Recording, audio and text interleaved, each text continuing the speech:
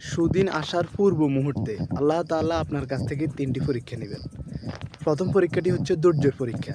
আল্লাহ তাআলা দেখবেন আপনি চরম বিপদের মুহূর্তে ধৈর্য ধারণ করার ক্ষমতা রাখেন কিনা।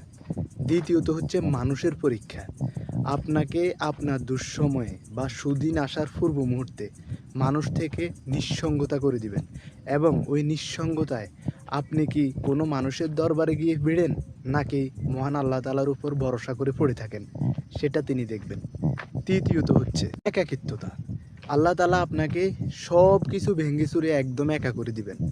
আর ঠিক ওই একাকিত্ব অবস্থায় আপনি কি আপনার একমাত্র রব বা আপনার সৃষ্টিকর্তার উপর ভরসা করতে পারতেছেন, নাকি আপনি মেন্টালি সিক হয়ে অন্য কারো উপর ভরসা করতেছেন বা অন্য কারো কাছে সাহায্য প্রার্থনা করতেছেন।